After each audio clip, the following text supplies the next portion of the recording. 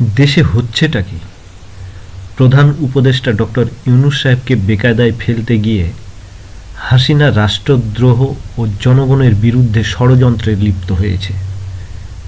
Phone আলাপে দেখা গেছে দেখে নেওয়ার হুমকি, ১২৭ জনকে হত্যার লাইসেন্স পেয়েছে, নিজের বাপকে বিক্রি করে তার স্থলে ট্রাম্পের ছবি নিয়ে গ্যাদারিং, ছবির অপমান হলে তা ভিডিও ধারণ করে ট্রাম্পের নিকট পাঠাবে আর দেখাবে বাংলাদেশ কি।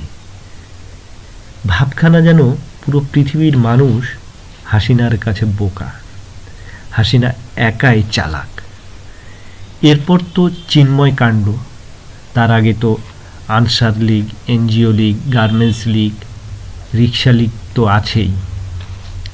এখন আবার নতুন খবর, তার পুরুষ নেতা কর্মীদেরকে ধুতি পরিয়ে আর নারী নেতা কর্মীদেরকে শাখা সিঁদুর পরিয়ে মাঠে নামাবে। বাধা দিলেই হবে সংখ্যালঘু নির্যাতন। কি কাণ্ড রে বাবা! এত বুদ্ধির ভিতরে একটা ভালো বুদ্ধি কি নাই?